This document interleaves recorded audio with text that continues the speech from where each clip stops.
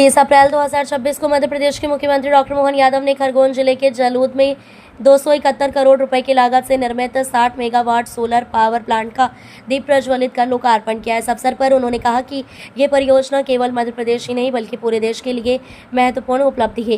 PPP model पर स्थापित ये देश का अपनी तरह का पहला संयंत्र है, जिससे इंदौर नगर निगम को स्वच्छ ऊर्जा मिलेगी और कार्बन उत्सर्जन में कमी आएगी। मुख्यमंत्री ने कहा कि ग्रीन बॉन्ड योजना के माध्यम से आमजन को भी इस परियोजना में भागीदार बनाया गया है। 1 लाख रुपए के बॉन्ड पर लगभग 8% प्रतिफल मिलने की व्यवस्था है। उन्होंने कहा कि मध्य प्रदेश देश में सबसे सस्ती बिजली देने वाला राज्य है और प्रदेश की बिजली से दिल्ली मेट्रो भी संचालित हो रही है। डॉक्टर यादव ने बताया कि इस परियोजना का भूमि पूजन वर्ष 2023 में प्रधानमंत्री नरेंद्र मोदी ने किया था। उन्होंने मध्य प्रदेश को विज्ञान एवं प्रौद्योगिकी में अग्रणी बताते हुए उज्जैन, काशी विश्वनाथ और 12 ज्योतिर्लिंगों में वैदिक घड़ी स्थापना का उल्लेख किया। कार्यक्रम में जल संसाधन मंत्री तुलसीराम सिलावट, राज्यसभा सदस्य सुमेर सिंह सोलंकी, इंदौर महापौर पुष्यमित्र भार्गव सहित अनेक जनप्रतिनिधि उपस्थित रहे।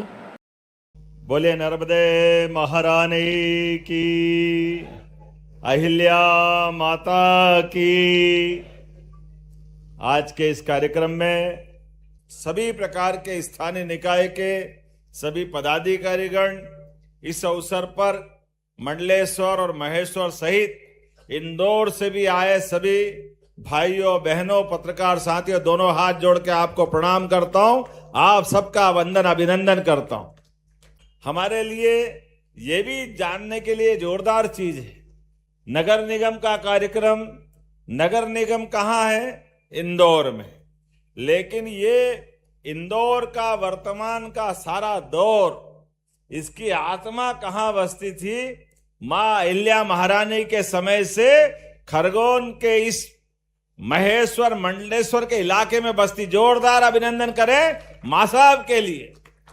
मां का आशीर्वाद कैसा मिल रहा है? अहिल्या माता का, अहिल्या माता की नगरी और अहिल्या माता का आशीर्वाद भगवान सवित्र सूर्य नारायण देवता के कारण से, यहां से सूर्य के प्रकाश से बदल करके सूर्य का प्रकाश प्लेट में बिजली बना करके, ये बिजली का आशीर्वाद नगर निगम को दे रहा है। और नगर निगम के साथ बदले में क्या हो रहा है? 3-4 करोड़ तो बता रहे हैं, लेकिन ये बिजली का बिल जैसे जैसे बढ़ता जाएगा, आपका रेट तो फिक्स है। आने वाले समय में सच में ये बड़ी सौगात है। सौगात इसलिए भी, एक बार जोर से ताली यशस्वी प्रधानमंत्री नरेंद्र मोदी जी के लिए भी बता दें। सम्राट विक्रमादित्य काल की वैदिक घड़ी का भी आज प्रधानमंत्री जी ने अवलोकन किया। जोरदार अभिनंदन करें, हमारे लिए सौभाग्य की बात है। विक्रमादित्य, अहिल्या माता, मध्य प्रदेश सरकार, भारत सरकार, ये नवाचारों के बलबूते पर नूतन नवीन नए विचारों के माध्यम से आगे बढ़ने का जो संकल्प लिया है, उसके ये नए नए प्रतिमान हैं। अब बताइए आप, घड़ी तो सबके पास है, लेकिन दुनिया घड़ी के हिसाब से चलती है। तो दुनिया की घड़ी तो केवल 2 ग्रहों की गति से चलती है। सूर्य की परिक्रमा पृथ्वी करती है और सूर्य की परिक्रमा पृथ्वी करने में 365 दिन का समय लगता है। लेकिन भारतीय समय की गणना के बलबूते पर पहले 8 महीने का उनने साल बनाया, फिर 10 महीने का बनाया, फिर 2 महीने और जोड़े तो 12 महीने का समय बनाया। और 12 महीने के समय ये भारतीय मापदंड के हिसाब से बनाए। हमारे प्राचीन महीने वो 12 हमारे हिसाब से थे, क्योंकि हमारी घड़ी, हमारी गिनती और आगे चलती है। वो गिनती का हिसाब केवल सूर्य की परिक्रमा से नहीं चलता, ये भी हमारे खगोल वैज्ञानिकों ने आर्यभट्ट के जमाने से सिद्ध किया था कि हर एक ग्रह जो सूर्य भगवान की परिक्रमा करता है, उस सबका अलग अलग समय है। सबसे नजदीक शुक्र है, उसको 365 दिन नहीं लगते, उसको केवल 245 दिन लगते हैं। और सबसे दूरी पे शनि महाराज है। शनि महाराज को पृथ्वी के समय के हिसाब से अगर देखें तो 29.5 साल में उसका 1 साल पूरा होता है। ये उनकी सूर्य भगवान से शनि महाराज की दूरी है। और इतना ही नहीं, ये तो ग्रहों की दूरी है। अगर नक्षत्रों की बात करें तो नक्षत्रों की अलग हिसाब किताब है।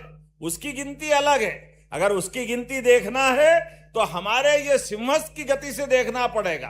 प्रत्येक 12 साल में सिंहस्थ में बृहस्पति जब सिंह राशि में प्रवेश करेंगे तो सिंहस्थ होता है।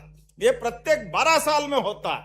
तो ग्रह नक्षत्र ये सारी बारीक गणना का परिणाम निकलता है कि हमारे इसके जानकार हमारे पंचांग देखने वाले, सूर्य ग्रहण कब होगा, चंद्र ग्रहण कब होगा, उसको अलग से कोई हिसाब लगाने की जरूरत नहीं। ये प्राचीन ज्ञान अपना विज्ञान आधारित है।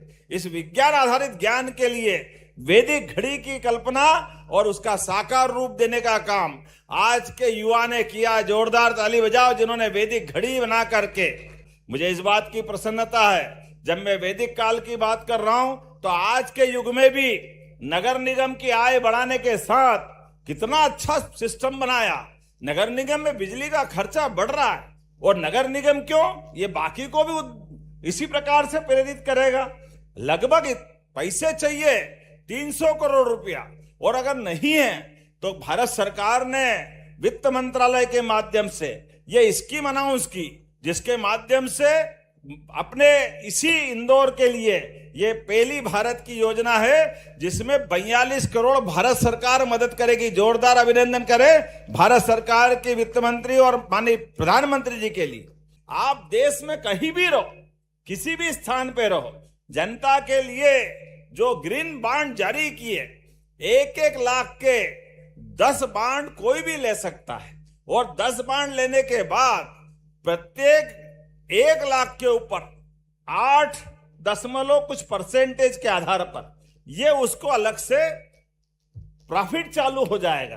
तो एक तरह से 1 साल में जब अपना 8,000 रुपए से ऊपर की उसको बचत होगी, और ये जो धीरे धीरे करके 20 साल तक, और अगर वो अपना बांड भी बेचना चाहे तो बांड भी बेच सकता है। और घर बैठे आमदनी चाहिए तो बिजली तो जलेगी इंदौर में, लेकिन घर बैठे पैसे कमाएंगे। आपने कहा 18,000 लोगों ने आवेदन कर दिया। आप बताओ, कोई मदुरई में बैठा, कोई मद्रास में बैठा, कोई कर्नाटक के किसी छोटे से गांव में बैठा, या कोई कलकत्ता में बैठा, इतना अच्छा लगता कि इंदौर में बिजली भी जलाओ और पैसे वहां पे भी और यहाँ पे भी, क्योंकि नई टेक्नोलॉजी का लाभ है।